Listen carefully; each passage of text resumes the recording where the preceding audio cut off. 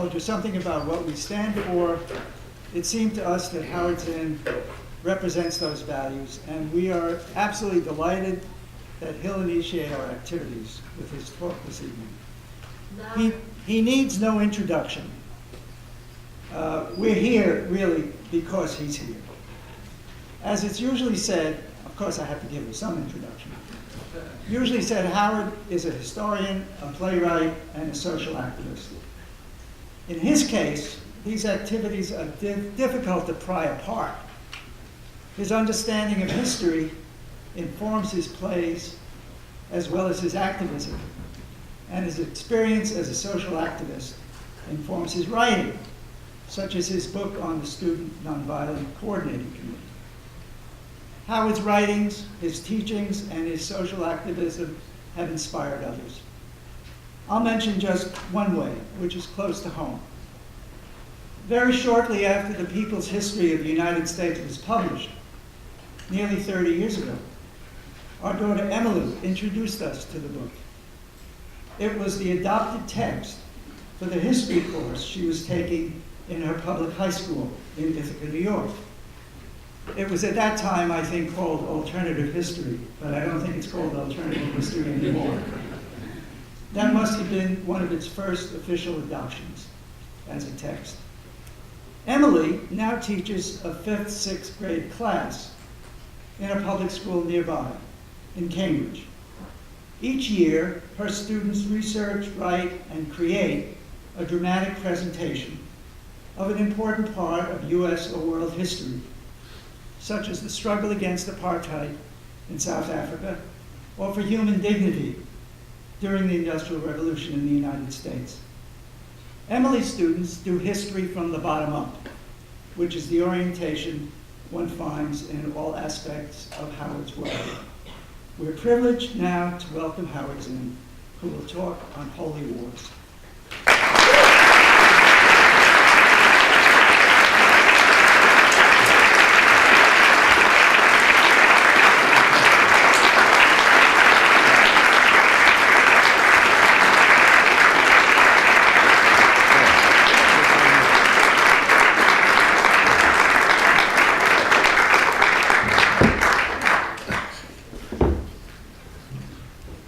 Hope you don't mind if I sit down. It's only fair. You're sitting down, why should I stand? Well, thank you. I'm happy to see the students and faculty at BU are active, and a number of organizations have combined to create this event. And can you all hear me?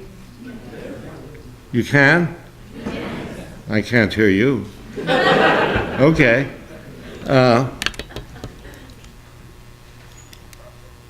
Thank you, David. Thank you. David Barsamian of Alternative Radio. Have you heard of Alternative Radio? Now you have. Also recording is Roger Leisner of Radio Free Maine. You heard of Radio Free Maine? What did you say? Okay. Well, three holy wars.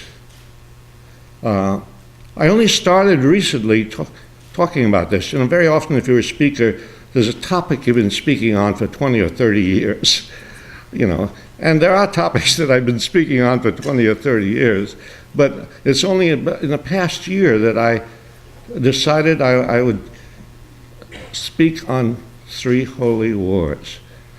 And when I tell people the title, very often they're a little puzzled because they think I'm going to speak about religious wars. No. I'm speaking about three wars in American history that are sacrosanct. Three wars that are untouchable. Three wars that are uncriticizable. And I think you'll probably agree with me. I'm not always sure that people will agree with me, but I think you'll agree with me that nobody criticizes the Revolutionary War, right? Especially here in Boston. No, not at all. The Revolutionary War is holy. The war against England here in Boston, wow, Paul Revere and Lexington and Concord and Sam Adams and all the Adamses and all of that. Oh, no, the Revolutionary War, a great war, win independence from England, heroic battles, Bunker Hill. Oh, yeah, brings tears to my eyes.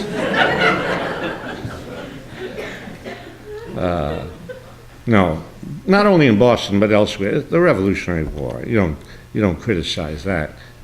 If you did, you'd be a Tory. They'd deport you to Canada, which might be good.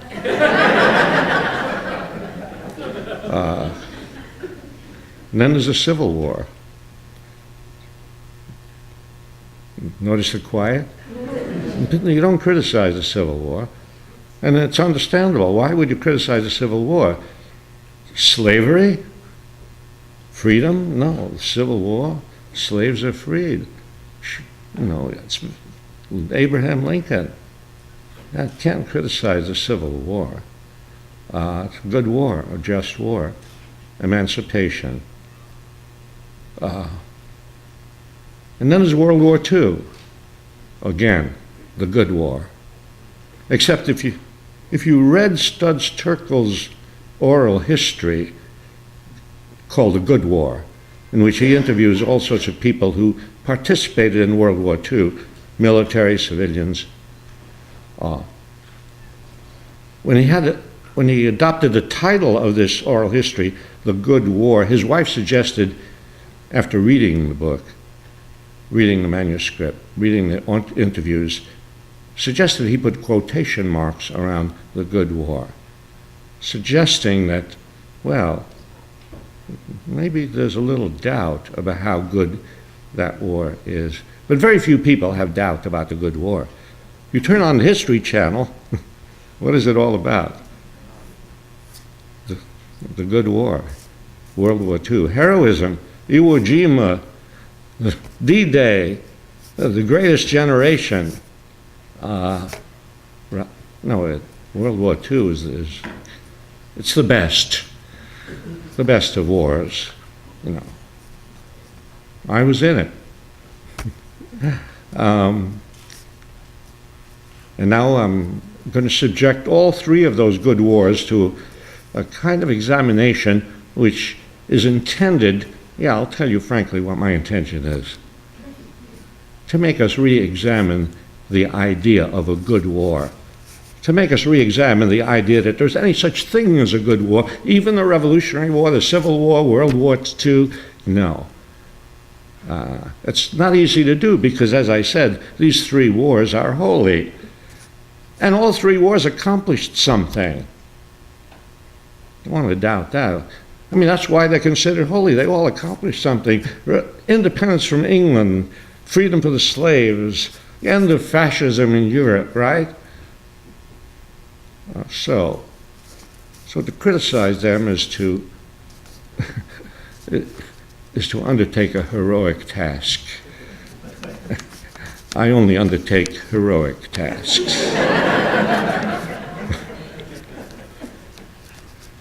But the reason I think it's important to subject them to criticism is that this idea of good wars helps justify other wars which are obviously awful, obviously evil. And though they're obviously awful, I'm talking about Vietnam, I'm talking about Iraq, I'm talking about Afghanistan, I'm talking about Panama, I'm talking about Grenada, one of our most heroic of wars.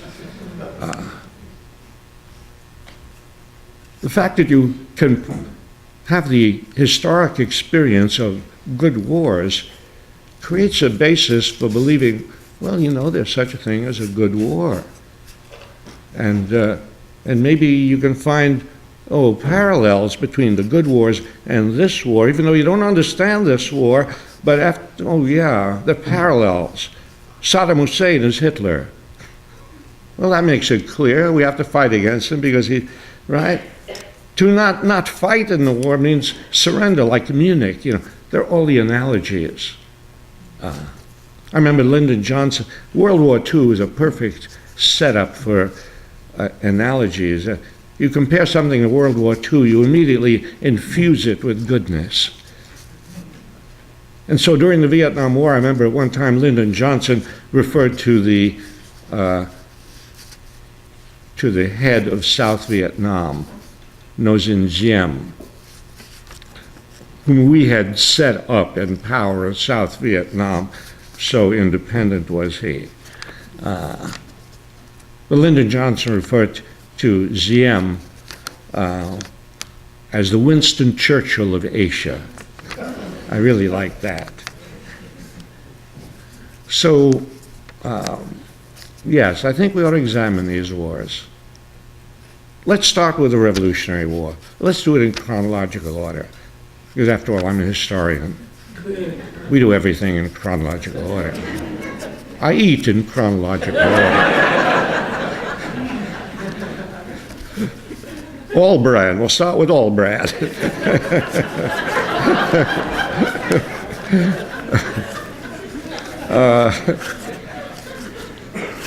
We'll end with Wheatina. Anyway, the Revolutionary War.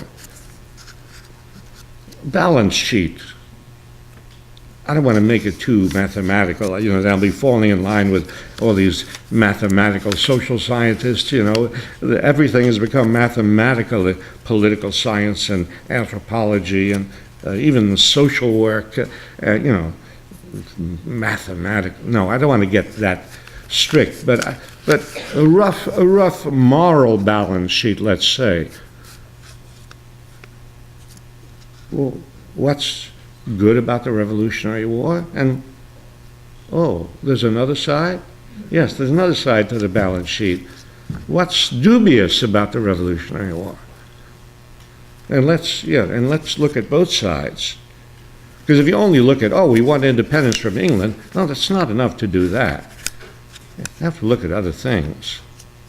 Well, let's first look at the cost of the war on one side of the balance sheet. The cost of the war. In lives, I mean. 25,000. Hey, that's nothing, right? 25,000. We lost 58,000 in Vietnam. That's 25,000. Did you even know how many lives were lost in the Revolutionary War? It's hardly worth talking about. In proportion to population, in proportion to the Revolutionary War population of the colonies, 25,000 would be equivalent today to 2.5 million. 2.5 million. Let's fight a war. We're being oppressed by England. Let's fight for independence. 2.5 million people will die, but we'll have independence. Would you have second thoughts? You might.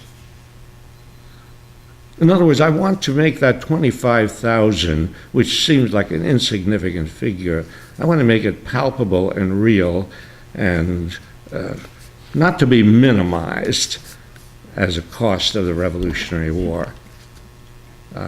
And to keep that in mind in the balance sheet as we look at whatever other factors there are. So yes, we win independence against England. Great. And it only cost 2.5 million. Okay?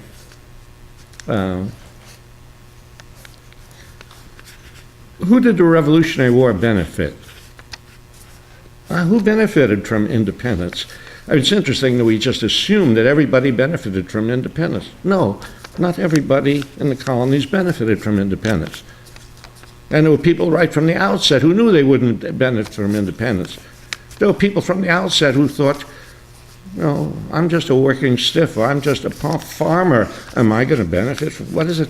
What difference will it make to me if I'm oppressed by the English or oppressed by my local landlord? You know. Maybe 1/3 of the colonists, nobody knows because they didn't take Gallup polls in those days. maybe, but various estimates, one-third of the colonists were opposed to the Revolutionary War, and only maybe about one-third supported the Revolutionary War against England, and maybe one-third were neutral. I don't know. I'm going by an estimate that John Adams once made, just a very rough, but there obviously were lots of people who were not for the revolution. And that's why they had a tough time recruiting people for the revolution. What did the people rush? Wow, it's a great crusade, independence from England to join.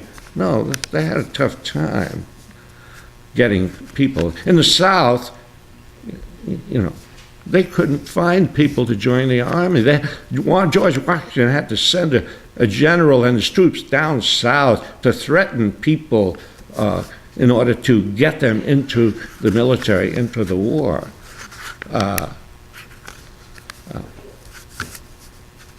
And in fact, in the war itself, the poor people, the working people, the farmers, the artisans who were in the army, maybe some of them were there for patriotic reasons, independence against England, even if they weren't sure what it meant for them. But but some of them were there for that reason. Others were there some of them had actually listened to the Declaration of Independence read from the town hall, and inspiring, liberty, equality. All have an equal right to life, liberty, and the pursuit of happiness. Some people were inspired and they joined. Other people joined because they were promised land.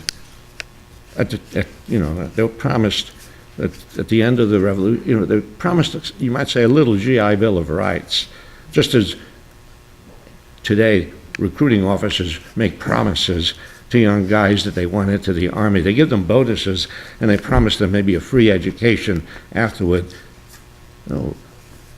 People don't naturally rush to war. You have to seduce them. You have to bribe them or coerce them. Now, some people think it's natural for people to go to war. Not at all. No. Nations have to work hard to mobilize the citizens to go to war. And they had to work in the Revolutionary War, especially, when they found out that although there was a draft, there was a kind of conscription, that the rich could get out of the conscription by paying a certain amount of money. But the farmers who went into the Revolutionary Army and who fought and who died and who were wounded in the war, they found that the privates, the ordinary soldier in the war, that they weren't treated as well as the officers who came from the upper classes. The officers were given splendid uniforms and good food and were paid well, and the privates very often did not have shoes and clothes and were not paid. And when their time was supposed to be up, they were told no, they had to stay. There was a class difference in the Revolutionary War. In this country, we're not accustomed to the idea of class differences because we're all supposed to be one big happy family. One nation, indivisible. We're very divisible. No, we're not one nation. No, there are working people and there are rich people. And in between, yes, there are nervous people.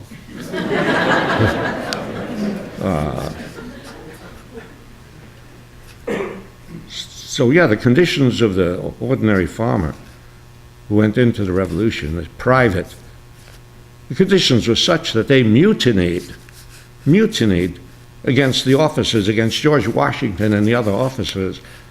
And I say mutiny, I mean thousands of them. You ever hear about this in your classrooms when you learn about the Revolutionary War, when you learn about Bunker Hill and Concord and the first shot heard around the world, right? Do you ever hear about the mutinies? I doubt it. I never learned about it. I didn't learn about it in elementary school or high school or college or graduate school. We find very often that what you learn in graduate school is what you learned in elementary school, only with footnotes. No, I never learned about the mutinies. But there were mutinies. Thousands of soldiers mutinied. So many of them that George Washington was worried he couldn't put it down. He had to make concessions to what was called the Pennsylvania Line, the thousands of mutineers. However, when shortly after he made those concessions and quieted down the mutiny by promising them things and promising them he'd get them out of the army soon and give them pay and so on, soon after that there was another mutiny in the New Jersey line, which was smaller. And there Washington put his foot down. He couldn't handle the thousands in the Pennsylvania line, but he could handle hundreds in the New Jersey line. And he said, find the leaders and execute them. You hear about this in your classrooms, about the Revolutionary War? You hear about the executions of mutineers? I doubt it. If I'm wrong in the question period, correct me. I'm willing to stand corrected. I don't like to stand corrected, but I'm willing to stand corrected. So they executed a number of the mutineers. Their fellow soldiers were ordered to execute the mutineers. So the revolution, not everybody was treated the same way in the revolution.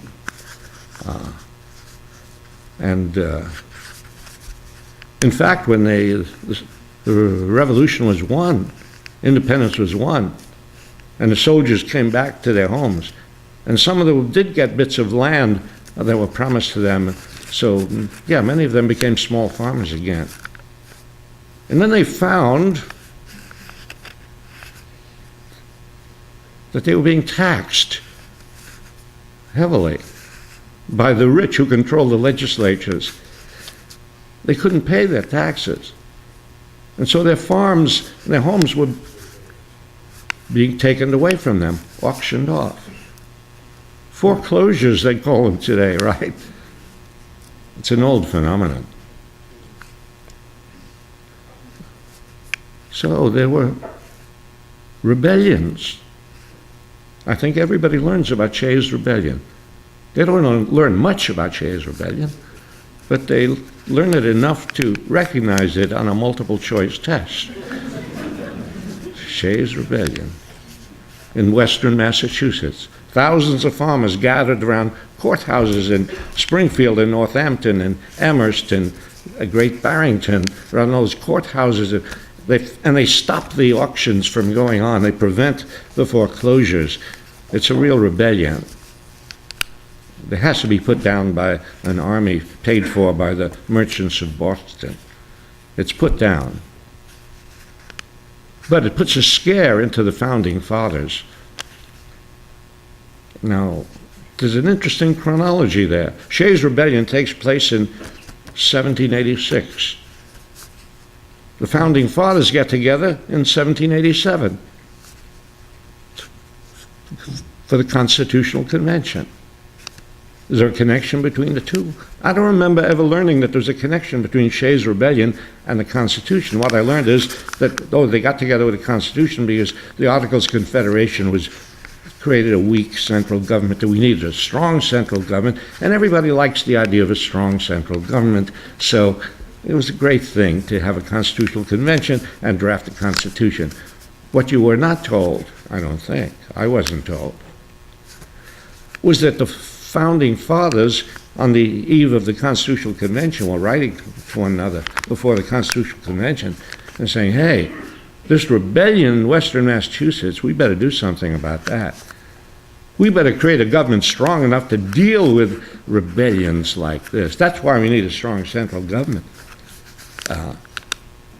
There was a General Henry Knox of Massachusetts, who had been in the army with George Washington, and he wrote to Washington at one point, and I don't have his letter with me,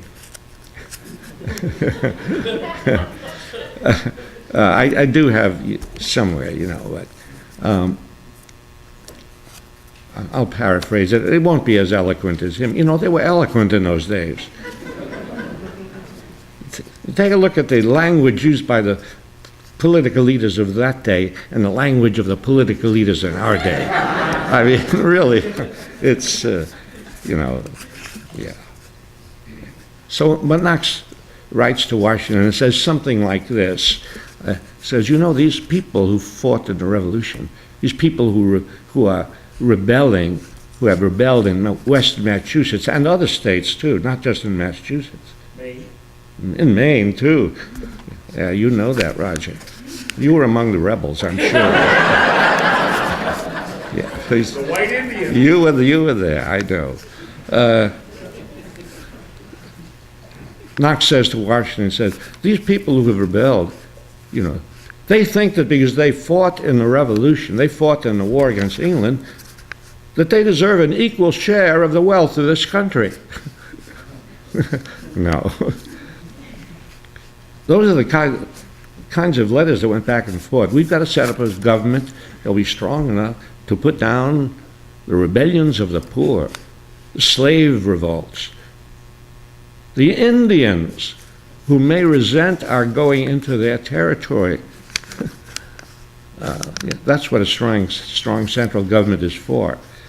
Not just because, it's nice to have a strong central government. There are reasons for that. The Constitution was a class document written to protect the interests of bondholders and slave owners and land expansionists. So the outcome of the Revolution was not exactly good for everybody and created all sorts of problems. And what about black people? Did they benefit from the winning of the Revolution? Not at all. There was slavery before the Revolution. There was slavery after the Revolution. In fact, Washington would not enlist black people into his army. The South, Southern slave owners, they were the first for the British, doing it for the British. The British enlisted blacks before Washington did. No, blacks didn't benefit. Hey, what about Indians? Should we even count the Indians? Should we even consider the Indians? Who are they? Well, they lived here. They owned all this land. We moved them out of here. They should be considered. What was the outcome for them when we won the Revolution? It was bad, because the British had set a line called the Proclamation of 1763. They had set a line at the Appalachians where they said, no, the colonists should not go beyond this line into Indian territory. I mean, they didn't do it because they loved the Indians. They just didn't want trouble. They set a line. The British are now gone, and the line is gone. And now you can move westward into Indian territory, and you're going to move across the continent, and you're going to create massacres, and you're going to take that enormous land in the West away from the Indians who live there. These are some of the consequences of the Revolution. But we did win independence from England. And all I'm trying to suggest is that to simply leave it that way, that we won independence from England, doesn't do justice to the complexity of this victory. And, was it good to be independent of England? Yes, it's always good to be independent. But at what cost? And how real is the independence? And is it possible that we would have won independence without a war? Hey, how about Canada? Canada is independent of England. They don't have a bad society, Canada. There are some very attractive things about Canada. They're independent of England. They did not fight a bloody war. It took longer. Sometimes it takes longer if you don't want to kill. Violence is fast. War is fast. And that's attractive, right? We're going to do something fast. And if you don't want killing, you may have to take more time in order to achieve your objective. And actually, when you achieve your objective, it might be achieved in a better way and with better results and with a Canadian health system instead of American health system. you know. Okay, all of this, I won't say anything more about the Revolutionary War. I just want to throw a few doubts in about it. That's all. I don't want to say anything revolutionary, radical. I don't want to make trouble. I just want to, I don't know, I certainly don't want to make trouble at BU. No.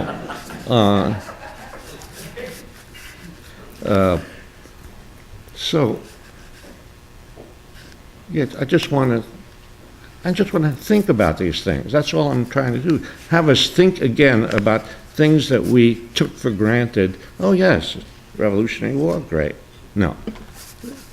Let's think about it. And the Civil War, okay, well, Civil War is even tougher to critically examine the Civil War. Slavery, nothing more, slavery. And at the end of the Civil War, there's no slavery. You can't deny that. So yeah, you have to put that on one side of the ledger, the end of slavery. On the other side, you have to put the human cost of the Civil War in lives. 600,000. I don't know how many people know or learn or remember how many lives were lost in the Civil War, which was the bloodiest, most brutal, ugliest war in our history, from the point of view of dead and wounded and mutilated and blinded and crippled. 600,000 dead in a country of 830 million. Think about that in relation to today's population. It's as if we fought a civil war today and 5 or 6 million people died in the Civil War. Well, you might say, well, maybe that's worth it to end slavery. Maybe. Well, okay, I won't argue that, maybe, but at least you know what the cost is. One of the great things about the book, by the president of Harvard, which she, in a recent book she wrote about the Civil War, she brings home in very graphic detail Drew Gilpin Faust, President Faust of Harvard, wrote a remarkable book about the Civil War, and what she concentrates on is the human consequences of the Civil War, the dead, the wounded. I mean, that was a war in which an enormous number of amputations took place without anesthetic, I mean, so it's not just the 600,000 dead, it was all those who came home without a leg or an arm. I'm trying to make the cost of the war more than a statistic, because we have gotten used to just dealing with statistics, and the statistics are dead. The statistics are, become meaningless. They're just numbers. 600,000. Just read it and go quickly past it. But no, I don't want to go past the cost of these wars. I want to consider them very, very, very closely and rack it up and don't forget about it, even as you consider the benefit of the war, the freedom of the slaves. But you also have to think the slaves were freed. And what happened after that? Were they really freed? Well, they were, actually. There was no more slavery, but the slaves who had been given promises, 40 acres and a mule. They were promised, a little land and some wherewithal so they could be independent, so they needn't be slaves anymore. Well, they weren't given anything. They were left without resources, and the result was they were still in the thrall, still under the control of the plantation owner. They were free, but they were not free. There have been a number of studies made of that, in the last decade. They're free, but not free. They were not slaves now, they were serfs. They were like serfs on a feudal estate. They were tenant farmers, they were sharecroppers. They couldn't go anywhere, they didn't have control of their lives, and they were in the thrall of the white plantation owners, the same white plantation owners who had been their masters when they were slaves, were now their masters when they were serfs. Okay, I don't want to minimize the fact that it's still not slavery in the old sense. No, it's not. It's better. It's a better situation. So I want to be cautious about what I say about that, and I want to be clear, but I want to say it's more complicated than simply, the slaves were free. They were freed and they were betrayed. Promises made to them were betrayed, as promises made during wartime are always betrayed. The veterans are betrayed, the civilians are betrayed, the people who expected war to produce great results in freedom and liberty, they are betrayed after every war. So I just want us, to consider that, and to ask the question, which is a very difficult question to answer, but it's worth asking.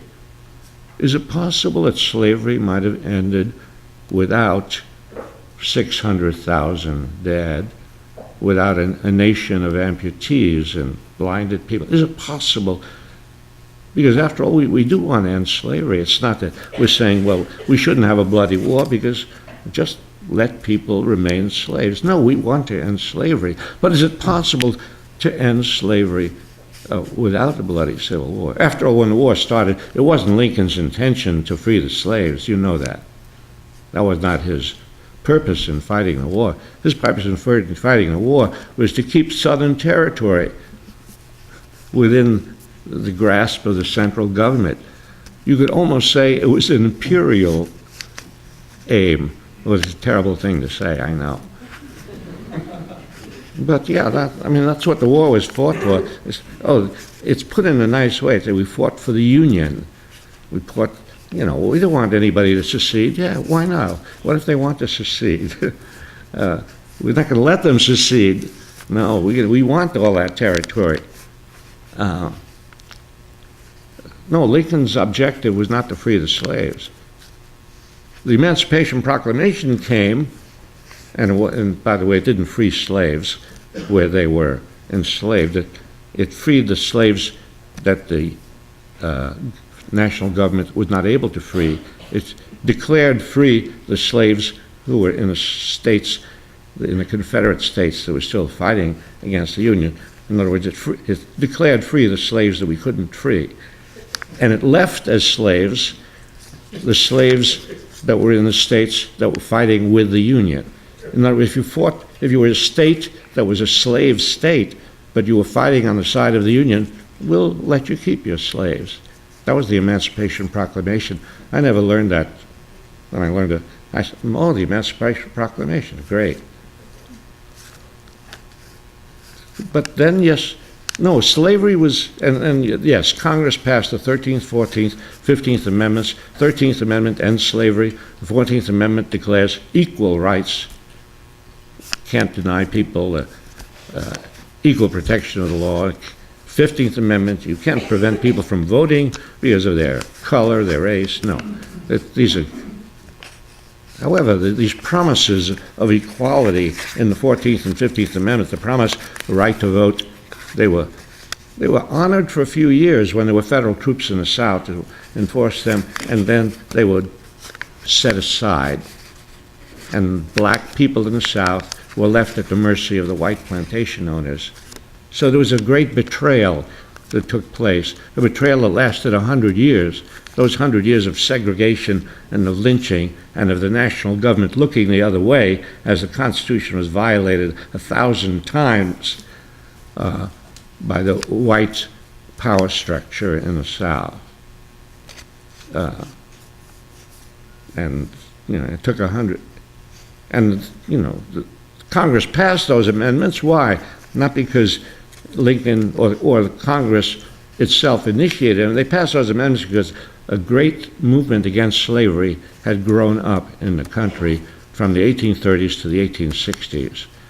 Powerful anti-slavery movement which pushed Congress into the 13th, 14th, and 15th Amendments. Very important thing to keep in mind that when justice comes and when injustices are remedied, they're not remedied by the initiative of the national government or the politicians. They only respond to the power of social movements. And that's what happened with the relationship between the anti-slavery movement and the passage of those amendments. And of course then those amendments, the 14th and 15th Amendments, had no meaning for the next 100 years. The blacks were not allowed to vote in the South. Blacks did not get an equal protection of the laws.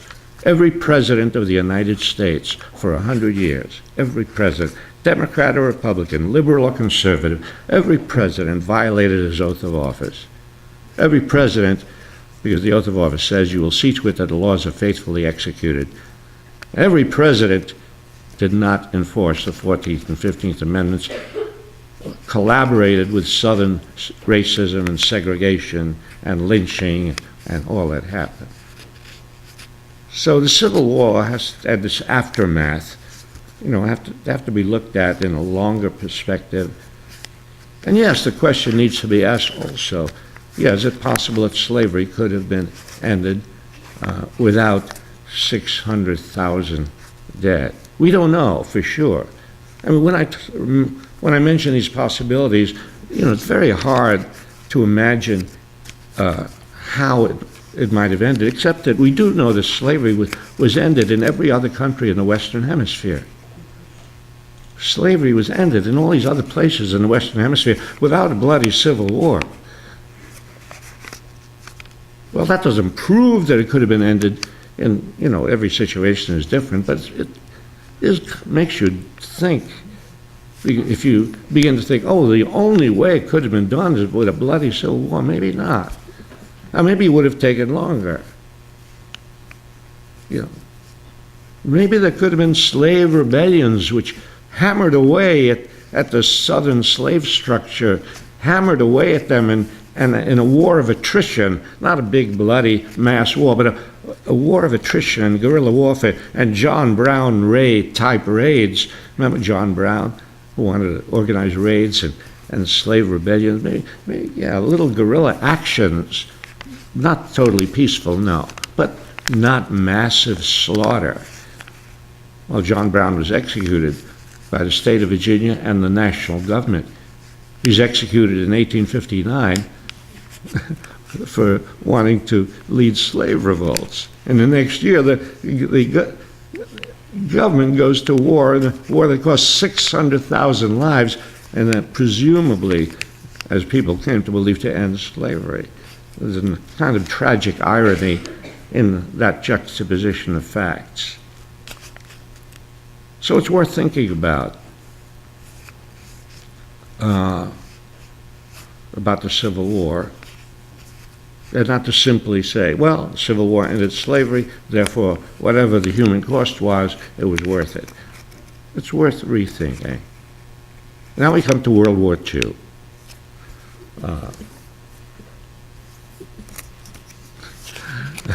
Looking at my watch. I don't mean it. You're on a roll tonight. You're good. No, I don't mean it. Well, World War II, the good war, the best. Fascism. I mean, that's why I enlisted in the Air Force. Fight against fascism. It's a good war. It's a just war. What could be, more obvious? They are evil. We are good. And so I became a bombardier in the Air Force. I dropped bombs on Germany, on Hungary, on Czechoslovakia, even on a little town in France 3 weeks before the war was to end, when everybody knew the war was to end, and we didn't need to drop any more bombs, but we dropped bombs on a little town in France. We were trying out napalm, the first use of napalm in the European theater. I think by now you all know what napalm is, one of the ugliest little weapons, but trying it out and adding metals, and who knows what reason, what complex of reasons led us to bomb a little town in France, when everybody knew the war was ending. And yes, there were German soldiers there hanging around. They weren't doing anything, weren't bothering anybody, but they're there, and gives us a good excuse to bomb. Now, we'll kill the Germans, we'll kill some Frenchmen too. What does it matter? It's a good war. We're the good guys. One thing, and I didn't think about any of this while I was bombing. I didn't examine, who are we bombing and why are we bombing and what's going on here and who is dying. I didn't know who was dying, because when you bomb from 30,000 feet, well, this is modern warfare. You do things at a distance. It's very impersonal. You just press a button, you do, and somebody dies. You don't see them. So I dropped bombs from 30,000 feet. I didn't see any human beings. I didn't see what's happening below. I didn't hear children screaming. I didn't see arms being ripped off people. No, just drop bombs. You see little flashes of light down below as the bombs hit. That's it. And you don't think. It's hard to think when you're in the military. Really, it's hard to sit back and examine, ask what you're doing. No, you've been trained to do a job, and you do your job. So I didn't think about any of this until after the war, when I began to think about that raid on France. And then I began to think about the raid on Dresden, where 100,000 people were killed in one day of bombing. Read Kurt Vonnegut's book, Slaughterhouse 5. He was there. He was a prisoner of war, and there in the basement, in a kind of meat locker, slaughterhouse. And then I became aware of the other bombings that had taken place. But when you're in a war, you don't see the big picture, and you really don't. I didn't know until afterward. 600,000 German civilians were killed by our bombing. They weren't Nazis. Well, yeah, you might say they were passive supporters in that they didn't rebel. Well, a few rebelled, but how many Americans rebel against American wars? Are we all complicit for what we did in Vietnam, killing several million people? Well, maybe we are, but there was a kind of stupid, ignorant innocence about us. And the same thing is true of the Germans. We killed 600,000. If some great power, while we were dropping bombs in Vietnam, had come over here and dropped bombs on American cities in retaliation, it would have been, and they say, well, these are imperialists. We'll kill them all. No, the American people were not themselves imperialists, but they were passive, bystanders until they woke up. Yeah. But so I began to think about this. I began to think about Hiroshima and Nagasaki. And I had welcomed the bombing of Hiroshima when it took place, because I didn't know. What it really meant. We had finished our bombing missions in Europe. We had won the war in Europe, and my crew and we flew our plane, the same plane we'd flown missions on. We flew that same plane back across the Atlantic, and we were given a 30-day furlough, and then the idea is we're going to go on to the Pacific, because the war against Japan was still going on. And during this 30-day furlough, in early August, my wife and I decided, we'd been married just before I went overseas, my wife and I decided we'd take a little vacation in the country. We took a bus to go into the country. At the bus stop, there was a newsstand, and there was a newspaper, and a big headline, "Atomic Bomb Dropped on Hiroshima." Oh, great. Didn't really know what an atomic bomb was, but it was sort of obvious from the headline and so on. It was a big bomb. Well, I had dropped bombs. This was just a bigger bomb. But I had no idea what it meant until I read John Hersey's book on Hiroshima. John Hersey had gone into Hiroshima after the bombing, and he had talked to survivors. Survivors, you can imagine what those survivors looked like.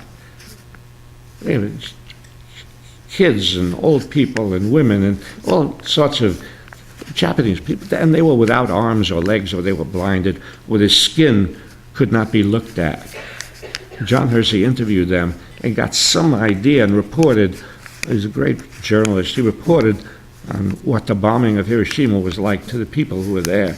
And when I read his account, for the first time, I understood, well, this is what bombing does to human beings. This is what my bombs had done to people. And I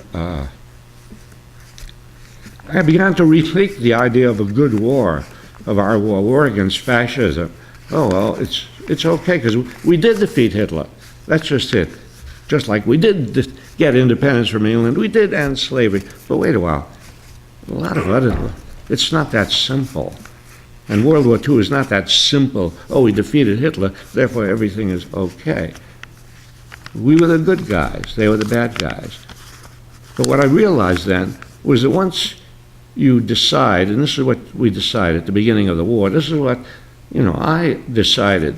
They were the bad guys, we were the good guys. What I didn't realize was that in the course of a war, the good guys become the bad guys. War poisons everybody. War corrupts everybody. And so the so-called good guys begin behaving like the bad guys.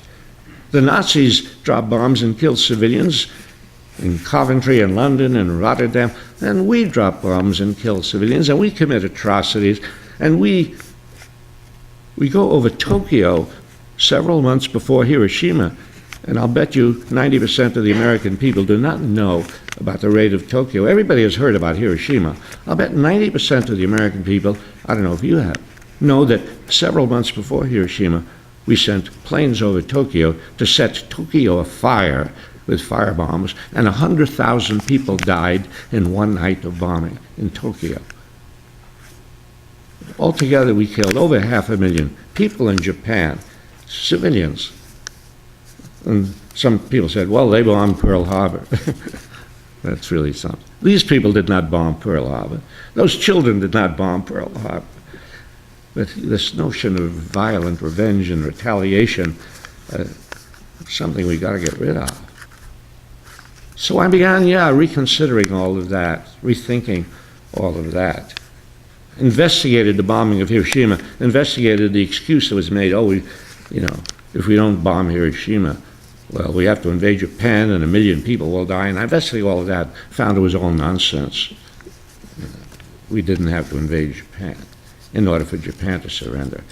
Our own official investigative team, the Strategic Bombing Survey, which went into Japan right after the war, interviewed all the high Japanese military civilian officials, and the conclusion was Japan was ready to end the war. Maybe not the next week, maybe in 2 months, maybe in 3 months. Oh, no, we can't wait. We don't want to wait. We've got these bombs. We've got to see what they look like. Do you know how many people die because of experimentation with weapons? We were experimenting. We were experimenting on the children of Hiroshima. Let's see what this does. Hey, and also, let's show the Russians. Let's show the Russians we have this bomb. A British scientist who was an advisor to Churchill called the dropping of the bomb on Hiroshima the first step of the Cold War.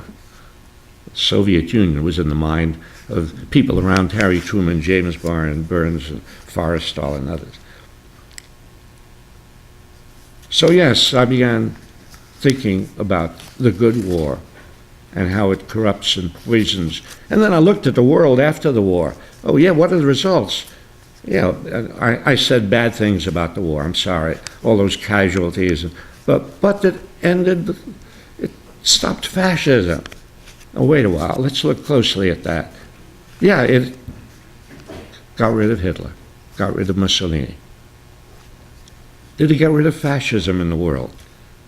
Did it get rid of racism in the world? Did it get rid of militarism in the world?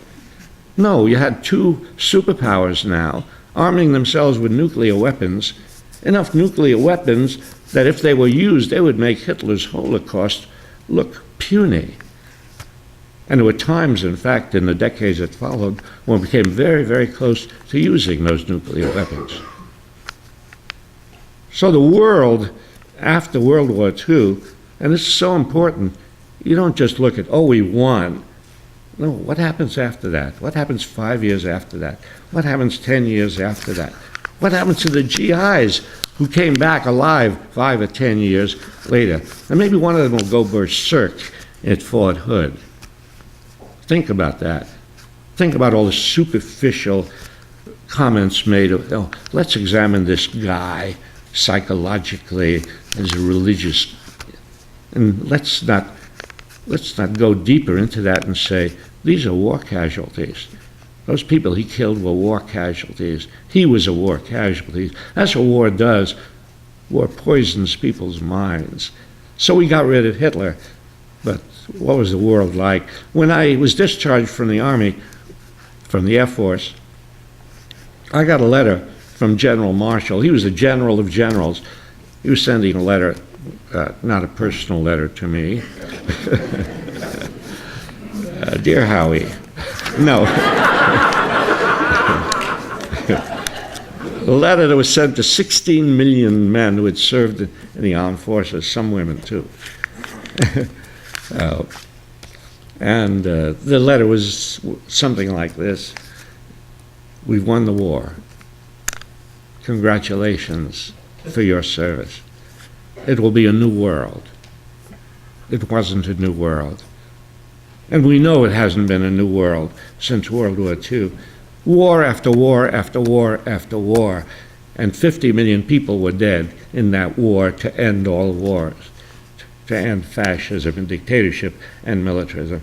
No, so, yes, I came to the conclusion that war cannot be tolerated, no matter what we're told.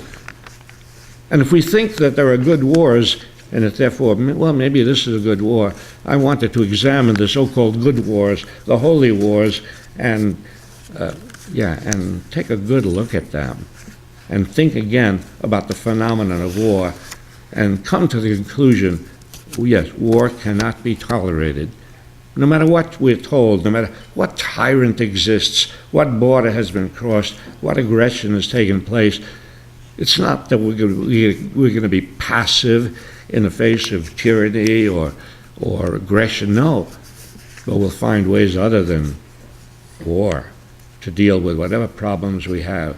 Because war is inevitably the indiscriminate, massive killing of huge numbers of people, and children are a good part of those people. Every war is a war against children. So it's not just getting rid of Saddam Hussein. Think about it. Well, we got rid of Saddam Hussein. In the course of it, we killed huge numbers of people who had been victims of Saddam Hussein. When you fight a war against a tyrant, who do you kill? You kill the victims of the tyrant. Anyway, all this was simply to make us think again about war, and to think, we're at war now, right? In Iraq, in Afghanistan, and sort of in Pakistan, since we're sending rockets over there and killing innocent people in Pakistan. And so we should not accept that. We should look for a peace movement to join. Really, look for some peace organization to join. I mean, it will look small at first and pitiful and helpless, but that's how movements start. That's how the movement against the Vietnam War started. It started with handfuls of people who thought they were helpless, thought they were powerless. But remember this, the power of the people on top depends on the obedience of the people below.